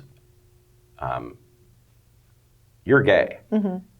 She's not gay. Right. I don't think either of you were born in the wrong body. No. Right? You've both reached this conclusion now as body still functions. Clear-headed adults. Right. And so the point is, there is this, it's knee-jerk. There's this knee-jerk thing over on the authoritarian left where it's like, we've got a litmus test, right? If you do not subscribe to this thing, then it is because of this motive, right? And so anybody who resists anything trans is a transphobe, right? The problem is trans is in tension, therefore, with gay and with straight tomboy. Yes. Right? So the problem is you've got historically oppressed people in three different categories whose interests are competing. At odds, yeah. Right. Yeah.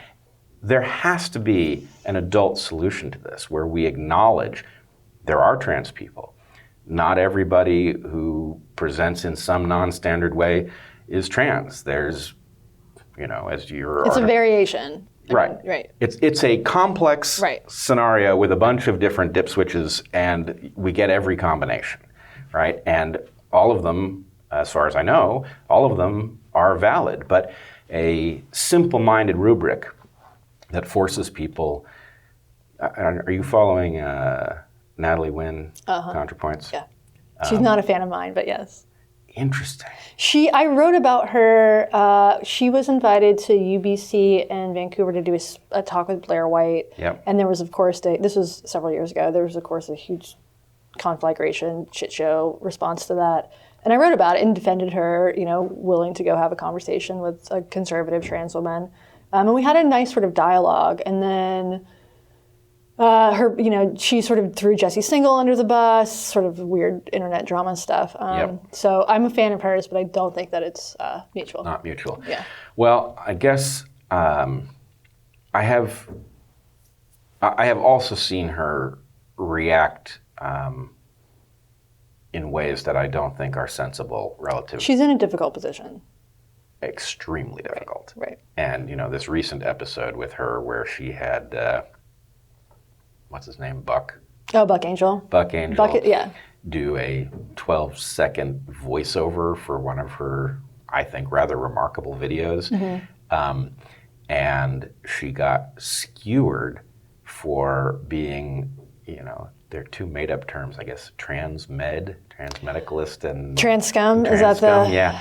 And it's like, okay, you've made up these two terms. Right. You've set some sort of tripwire and, and ContraPoints tripped over your tripwire, and now you're going to skewer her? Well, and Buck, so Buck is a friend of mine. Buck was in this piece that I wrote about detransition years ago that he also vetted it before it was published. So Buck is a trans guy who was on the forefront. He was one of the earliest people to have top surgery. He's done remarkable work sort of talking about, he calls himself the man with the vagina. He really embraces his body. And he's an old school transsexual. I think Natalie is too. And the tension between the old school transsexuals and the new school transgenders is just remarkable. These two groups are at odds with each other. They have different goals. One wants to abolish gender. One wants to actually just appear as the opposite sex. Right. Passing would be the goal, not to sort of say like, so you have a situation like that where you have, a bunch of liberals or whatever progressives standing around talking about, mostly straight people, probably cis people, talking about their pronouns. And there's the one trans person in the group who then it becomes this sort of excuse for us all to talk about pronouns when really all that person wants is just to fit in. Well, this seems so. I mean, admittedly, I'm in the easiest position here. I'm a straight guy, right? Yeah. Straight We got to do married the required privilege disclaimer here. Yeah. Well, I'm not even using it as a disclaimer. I'm just saying, from the point of view of my figuring out what these other positions that people are in are, I have the easiest role. You know, straight married guy. Pretty much. Nobody's going to trouble me on this front, but let me interrupt you real quick there. So there's a lot of people like you who are straight married guys who look like you, beards, short hair, pants, all this sort of trappings of being male, who have decided that they're not male now either, that they are non-binary or genderless or agender or whatever. And they haven't changed their physical presentations, nothing in their lives have changed, still married to the woman, still have the kids. All they've said to the world is, I don't want my power, I don't want my privilege. Yeah. Give me this special pronoun. And they're not dismantling gender, they're just trying to opt out of it themselves because they feel bad about their own privilege or whatever. Yeah, they've bought this sort of central line inside of the authoritarian left pantheon that says that the thing to do if you regard yourself as having honor and privilege is to give it away. Right. Which is pointless, game theoretically. And not even possible. You giving it away doesn't give it to somebody else. Right. Exactly. Or I'll take it. Give it to me. Or if you do give it away, you will end up giving it away to the people in the category, technically in the category who are least deserving because they're out there collecting other people's privilege. Right. So what I would say, first of all, I have a response to this, which is I do believe that unearned privilege is a problem. But I believe that if you have some, the thing that you should do is spend it honorably. Spend your unearned privilege honorably, right? And I try to do this. But anyway, from the perspective of somebody who has none of these problems in my life, I do think the solution on the question of transmedicalism, trans scum, Buck Angel, all of this is pretty straightforward. Let us just admit that the truth of trans is complex and nobody knows what it is. It is incredibly complex. I mean, a lot of sex researchers argue that's an orientation. Right. Which is an incredibly unpopular position to take, one that got, Ray Blanchard and Mike Bailey dragged in the 90s and early 2000s. Sure. So if it is true, though, that it is complex and nobody's got it nailed yet, then relax and stop dragging people over opinions, right? The fact is, Natalie Wynn is entitled to an opinion on transmedicalism if she wants. Now, she's not of this opinion, but were she, it doesn't invalidate who she is as a person. Now, I don't know if she will see this. I kind of hope that she will. I would say to her that I think she is badly misunderstood by the world, and she is not doing herself any favors by burning people like you and me and Jesse Singal who actually do appreciate what she's up to. Oh, I agree with you. I mean, that's sort of my interest in her is because she, besides the fact that she does amazing work, she's really lifted up, viewed as a hero by this group that also doesn't seem to get her or even like her when she steps out of line. And to me, that's the interesting position to be in because it can be so transformative. Yep. But you have people like, I think Lena Dunham is in this category, someone who is hated for lots of reasons, some of them legit, some of them not. But instead of sort of absorbing that criticism, transforming it, and becoming a more empathetic person, a more tolerant person, a more open-minded person, a person more willing to cross these arbitrary ideological lines. What she does instead is become a bully. That's what I can't stand. when you have gone through something that like you've gone through or I've gone through or anybody's gone through, and it just hardens you into this. So you're talking about Lena Dunham. Lena Dunham. I'm not talking about. I think Natalie's in the position now where she could go either way. Yeah. If she wants to maintain the audience who has supported her until now, most of which are lots of trans folks and their allies, well, she's got a choice to make. She can keep that audience or capture a new one. Well, I think the problem is she's doing two vital things, if I understand what I see correctly. One thing that she is doing is she is, in excruciating detail, allowing people to participate in her transition, to sort of understand how she thinks about it, her own, internal conflicts. I mean, it's amazing what she's actually put on video and let us hear. It's like hearing her internal monologue as she's on this very difficult journey, right? That's interesting. If you care at all about this trans thing, it's not like what she's describing is general, but she's giving you a window into one person's experience that is unmatched, I think. And the other thing she's doing has almost nothing to do with trans at all, which is she is a very insightful person who has a unique capacity to teleport herself into the mind of somebody with whom she does not agree. And so her little teleplays, and for those who don't know her work, she does these very elaborate, very visually provocative videos in which she plays all of the characters, and the characters give voice to lots of stuff, including, she's got an alt-right character, she's got an authoritarian left character, right? She's got all of these entities, and she is simultaneously lampooning them, but also giving voice to their best arguments, which, if you haven't seen it, it's definitely worth paying attention to, because it does, for me at least, it provides insight into how these people view themselves in a very,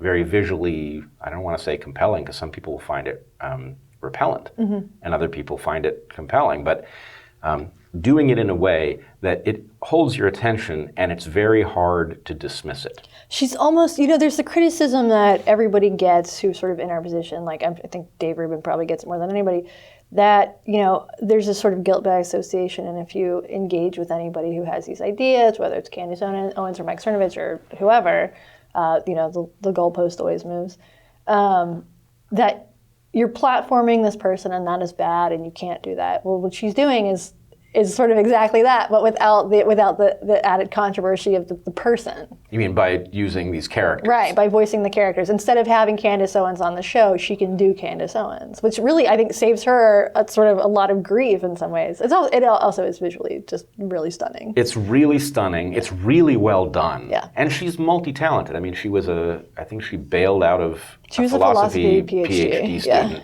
and bailed out because she couldn't stand it. Not because she couldn't hack it. She's clearly very good at what she does. Yeah, as a filmmaker, I mean, I don't know if she has any training as a filmmaker, but I think she does everything sort of one camera, very few people helping her. It's really remarkable. It is. It's really remarkable. She's also a musician. Right. But she then, someone like Christina Hoff Sommers will say something. Christina Hoff seems like a big fan of Natalie, and the response to that is from her fans, is get her name out of your mouth. Yeah, so anyway, I think she's in a very frightening position in which there is a good move, but because the shift that would occur if she made the move would be massive, it's got to be very frightening from her perspective. But for sure. If she embraced the wider world, people who find value in what she's doing, even beyond the trans stuff, she would lose a bunch of her most authoritarian, radical trans fan base. Right. And she would gain, I think she would gain, a world of people outside. And in effect, I think she would do a tremendous service for trans, because her value, her primary value, is that she's insightful.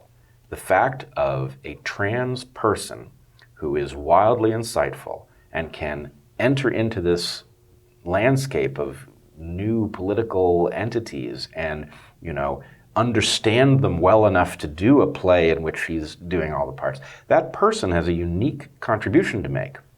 And so for her to be making that contribution, and for that contribution not to be fundamentally about transness, is, in some sense, the ultimate defense. Yeah, the trans community needs really sane trans people like her. And I actually don't know if she is sane, so let me take that back. The trans community needs sane trans voices, because right now what's happening is, there's these small issues in sort of the big scheme of things. Trans women in sports, this case in Texas, this Luna/James kid who is, going through this custody battle. And the right-wing media takes these issues and they glom onto them. Yep. And it's not hard to see why, because they're interesting and they're disturbing.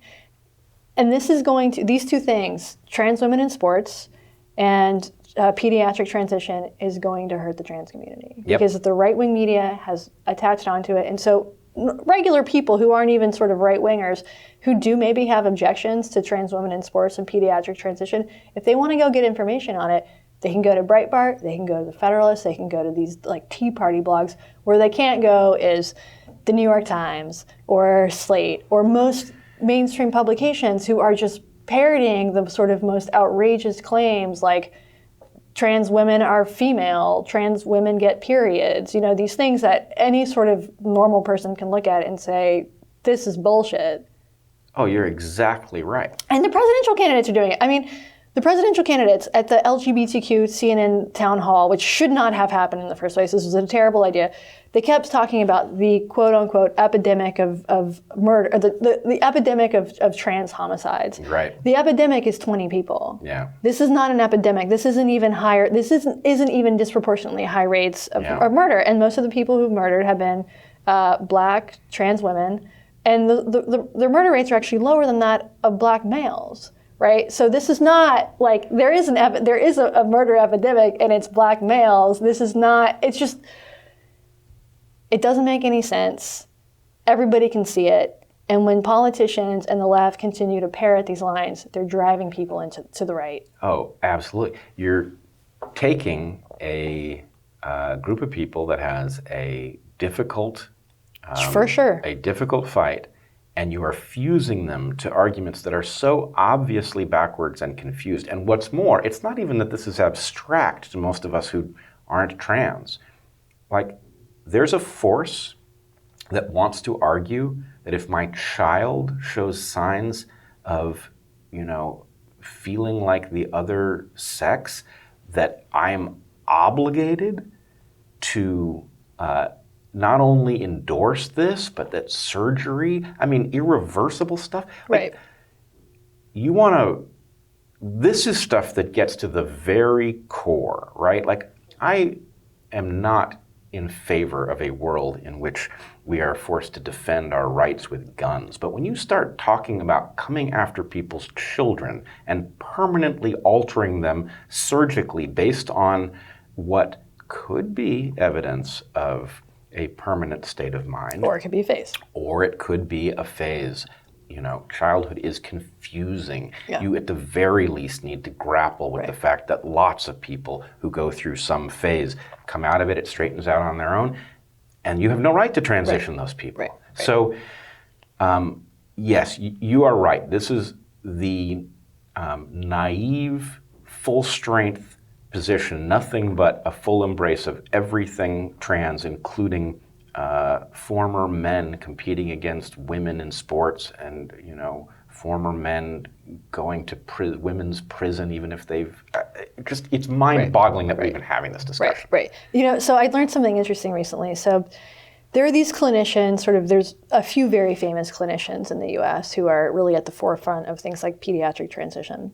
They run their own gender clinics. They have lots of supporters. So one of them is in San Francisco. Her name, I'm going to butcher her last name. It's Eintraff or something like that, Diane Eintraff.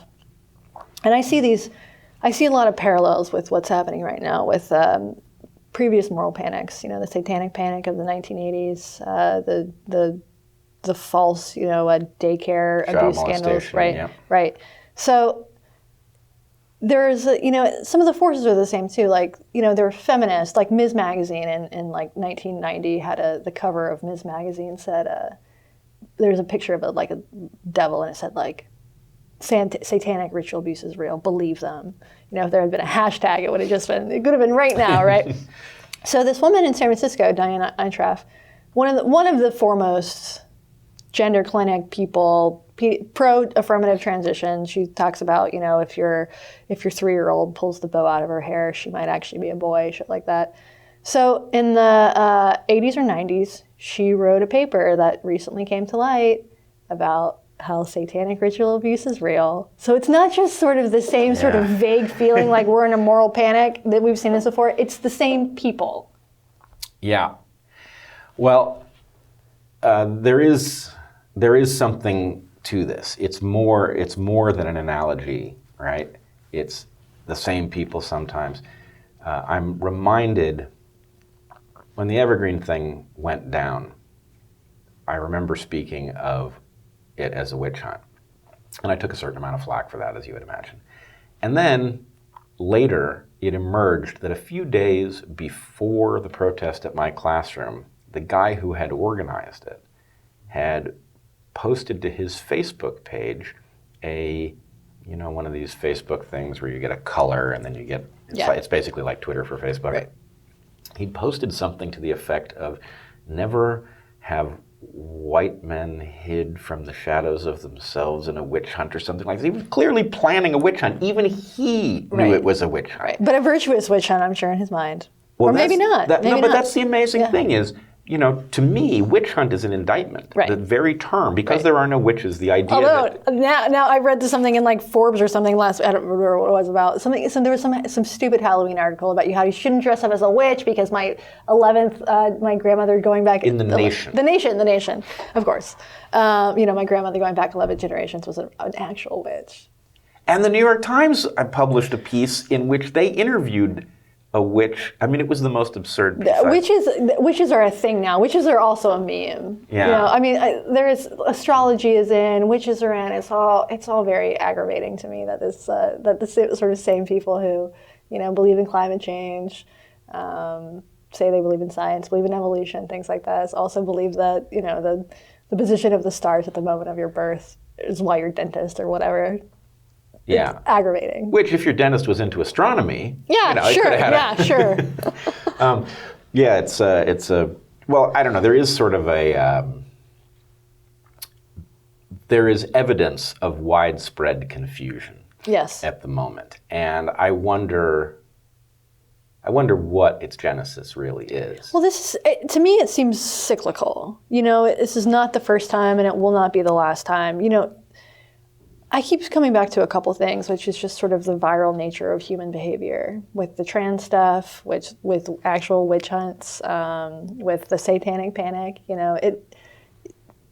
We take ideas and we spread them, and now we have the internet, so we don't even have to do it in person.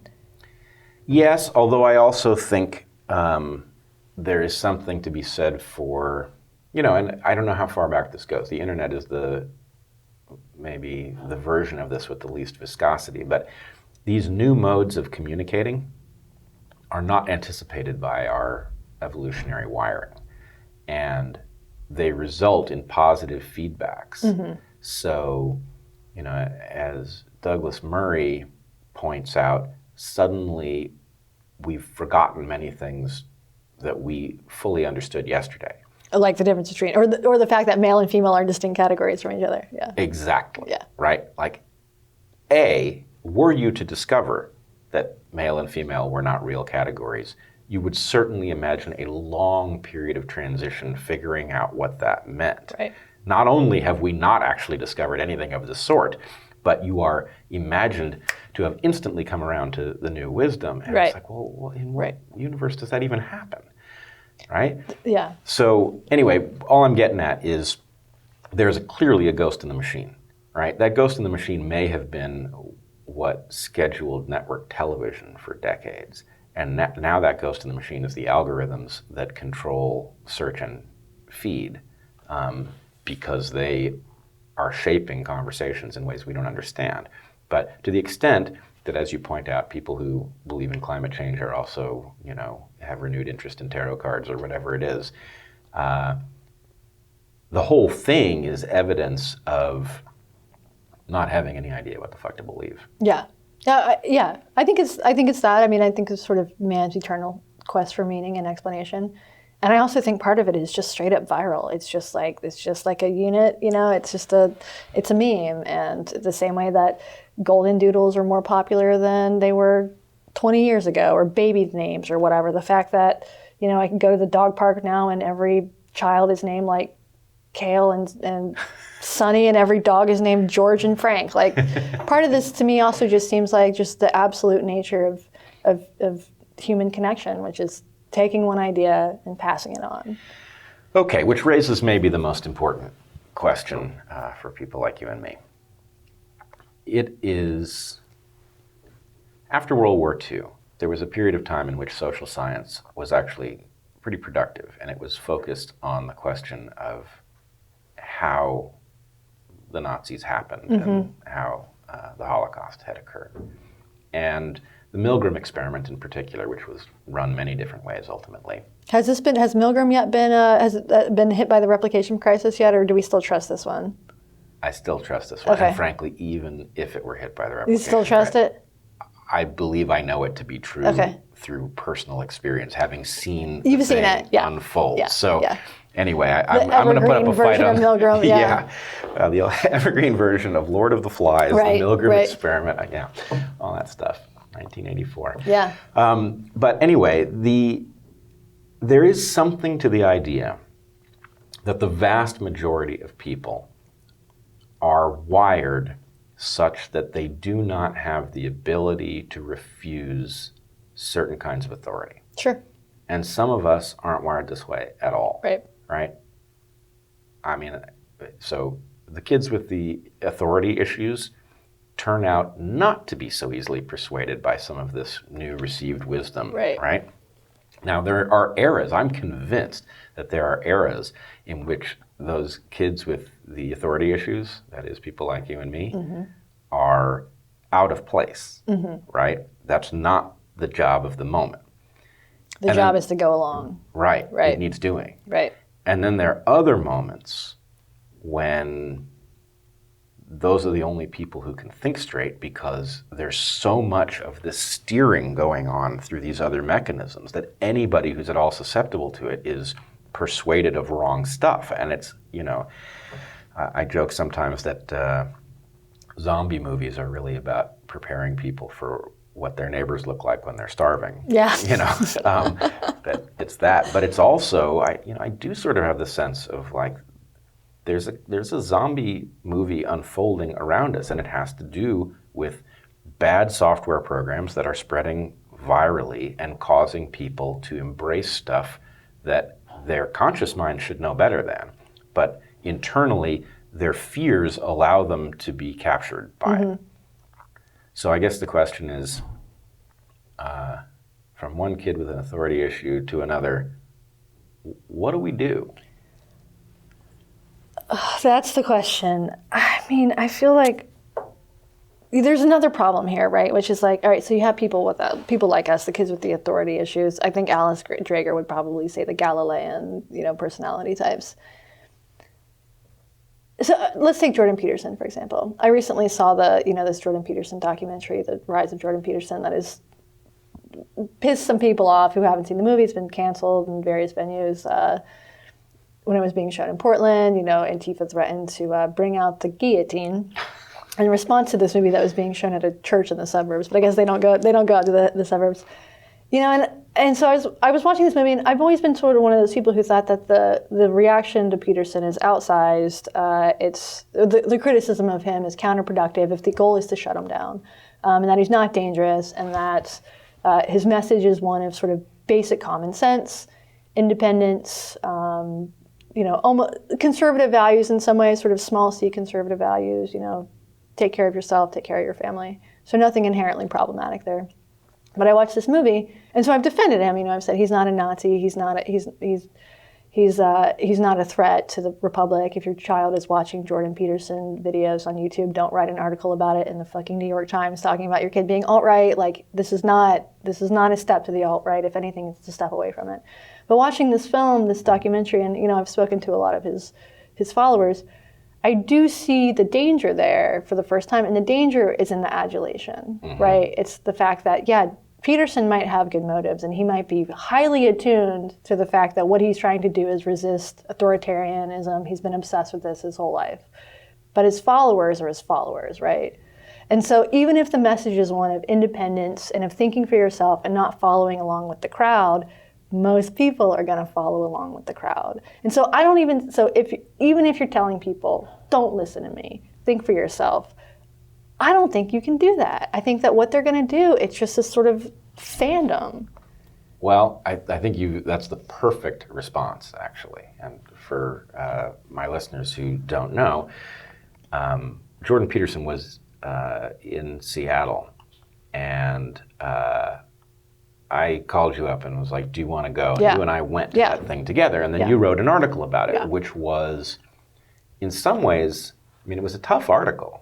You were not easy on him. But I thought it was a very decent article in the sense that what you said, if I remember it correctly, is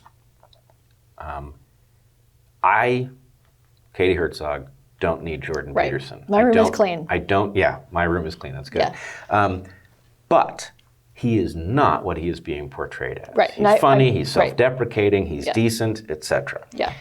And I think that this is a message a lot of people needed to hear, and I wish that piece had gotten wider circulation. But you're exactly right about Jordan is a decent guy, right? A lot of what he's saying is common sense, and the part that's not common sense is carefully thought out, and it is about decency, right? That's like a core mission of his. I'm convinced of that as somebody who knows him pretty well. The followers, if Jordan were a bad guy, we'd be in big trouble. Exactly, right? Yeah. Thank goodness he's not. Right.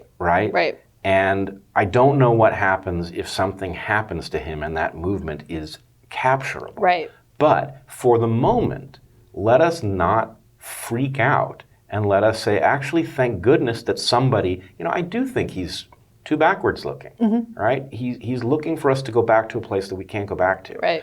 But the point is, pay attention to what you're doing. You're hurting yourself. Stop it. And it clearly works at an individual level. Absolutely. Lots of people are getting a lot of benefit from it. And it is the alternative to one of these corrosive, destructive, not what they say movements. So I believe the caution is exactly the right one. There's nothing frightening about Peterson, but there is something frightening about if he was not what he appeared to be, what that movement could And do. you can say that about anybody. You can say that about Roxane Gay. You can say that about anybody. I mean, it's just the nature of fandom. But I think that's the problem is you have people like us who maybe are a little bit more, resistant to the call of authority. But most people aren't like us, right? So you and I could get a big following and sort of preach our values to these people, and maybe they would listen to us and uphold what we think are, the correct classical liberal values, tolerance, diversity of thought. But that doesn't mean the people are going to absorb the wider message, or if they're just going to be following along. And I don't know an answer to that. I mean, I think that's what Peterson is trying to do, is to teach people to resist the call of authoritarianism and groupthink.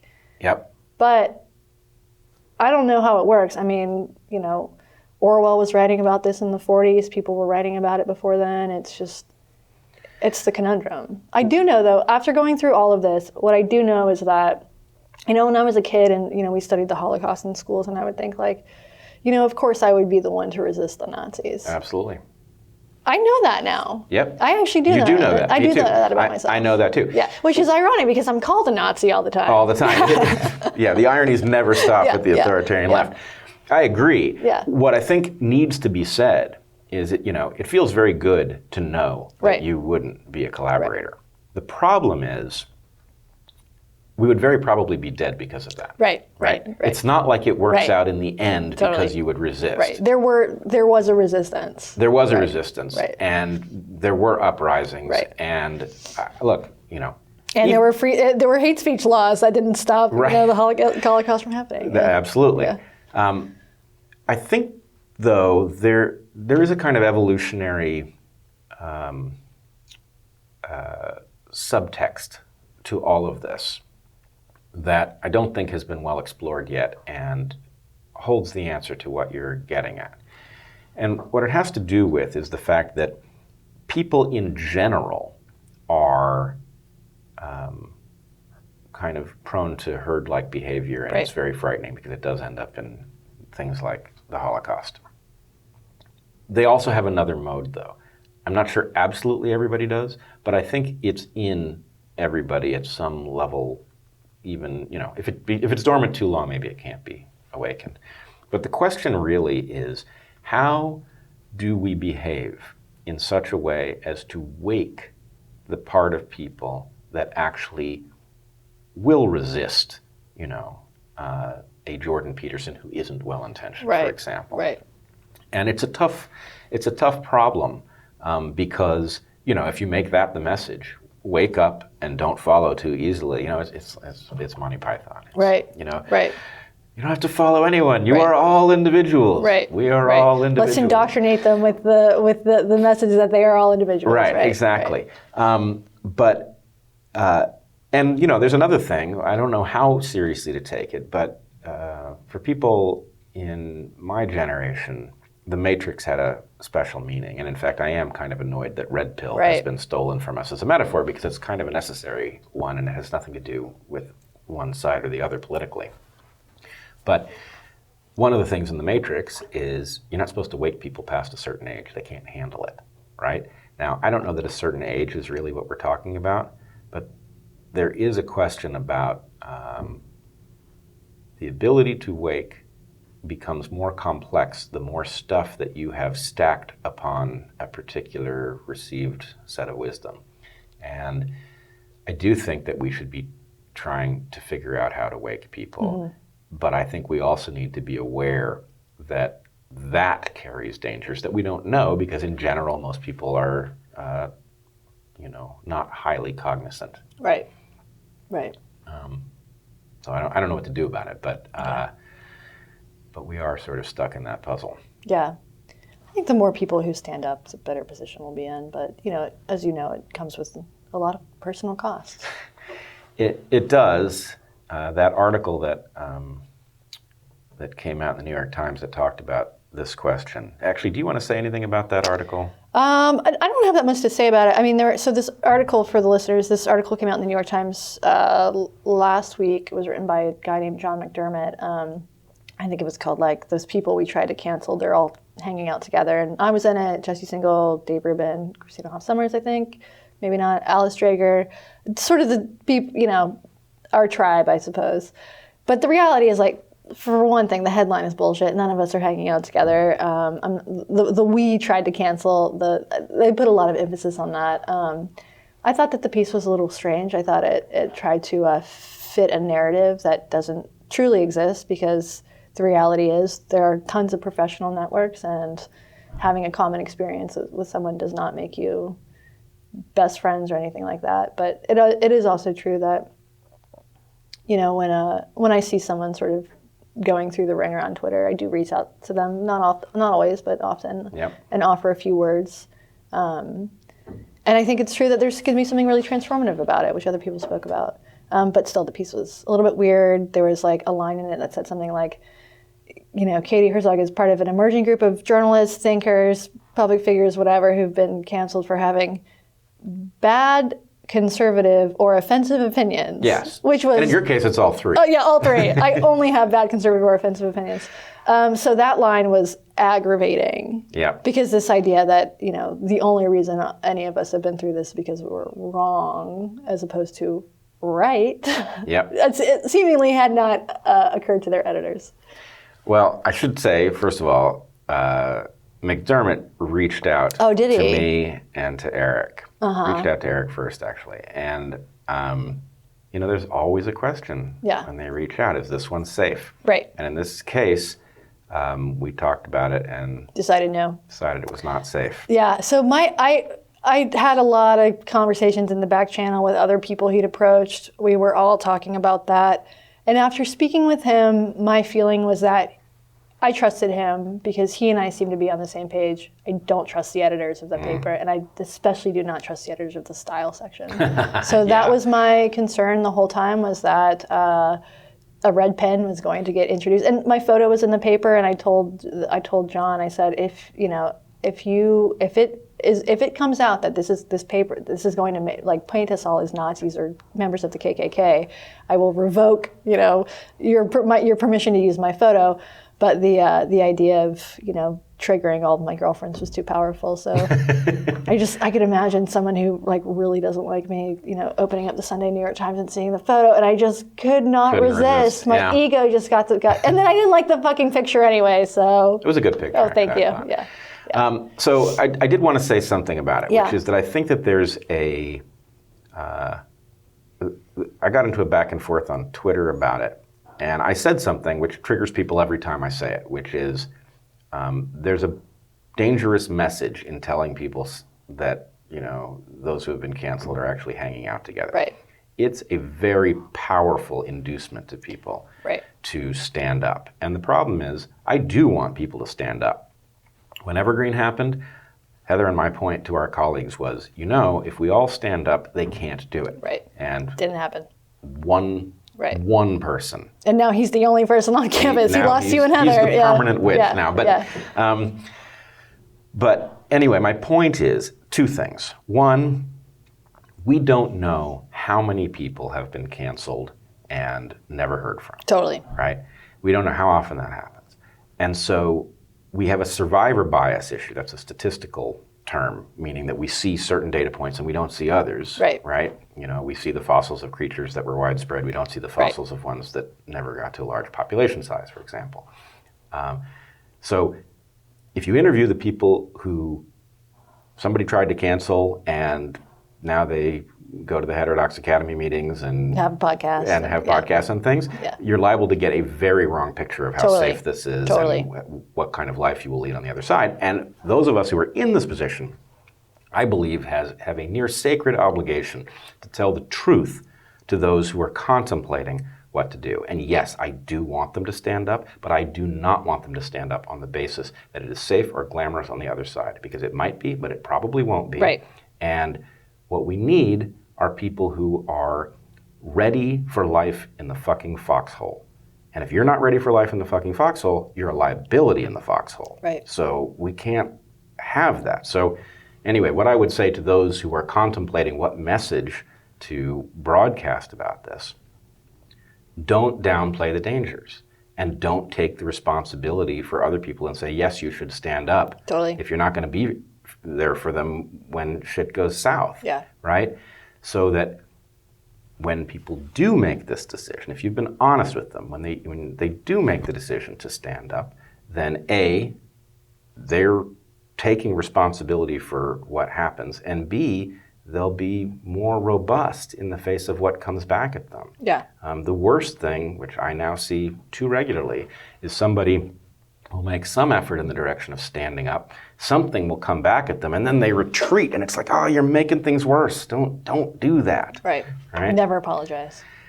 Yeah, although in this particular case, apologize when you cheated on your wife. Never apologize when you're not wrong. Right. Don't apologize to get out of the situation. Right. But I actually think it's very powerful, to the extent that we are all out here playing a very complex game with unwritten rules. We do make mistakes. Mm-hmm. And absolutely. It is very powerful if you demonstrate that it's not that you're constitutionally against apology, it's that you're against using apology for expedience. Right. Yeah. Then admitting that you're wrong is so interesting, because it can be this intensely painful experience. It's sort of just an ego blow to say, like, I was wrong about that. But all it does is increase the perception of you from the other side, or from whoever you're in dialogue with. People like it when other people admit that they're wrong. It shows a level of maturity and sort of flexibility and good judgments. And yet it is a very difficult emotional experience to go through. Well, I think because if you said, well, it elevates you in people's eyes when you admit that you were wrong. So, do it a lot. Right. Then people don't trust you. Right. Because then the point is, oh, you're wrong all the fucking You're time. doing it. Right. Yeah, right. Yeah. Or you're doing it knowing that you have a get out of jail free card. Right. But if you reserve it, if you're very careful so that you don't have to apologize very often, but you do it readily when you need to, then that creates the right the illusion of being a really good person. Hell yeah! And then even if what you say is offensive, conservative, or what was the other terrible thing you do? Offensive, conservative, and bad. And bad. Oh yeah. Just bad. Powerful word there. Bad. Yeah. Right. It's partially redundant. Well, I guess John McDermott didn't get you in the piece, but we are actually hanging out. So he was. He's wrong about that one. The writer. I guess we are hanging out. Right. So there's that. Yeah. All right. Cool. Well, this has been a very interesting discussion. I'm always pleased to talk with you. It's never exactly what I expect. It's always enlightening, though. Oh, I feel the same way. Thanks for having me on the show. Thank you. So people can find you. You're in The Stranger regularly. Yep. Once, twice a week? I write something for the blog every day, so I have a daily deadline. A daily deadline? Yeah, it's difficult. That's grueling. It is grueling. And are you writing while we're talking? I've already written this morning. I actually already had even when I'm down in Portland on vacation, I already wrote. So yeah, I write every day for The Stranger, and I'm active on Twitter at Kitty Herzog. I can't promise that I will apologize on Twitter very often, but when I deserve it, maybe. Well, I can promise, if past performance is any guide, that you will be wickedly funny, both on Twitter and in The Stranger, and very regularly. So I highly encourage people to find you and read your stuff. And anyway, thanks so much for being on the DarkHorse podcast, and I look forward to our next conversation. Yeah, thanks for having me.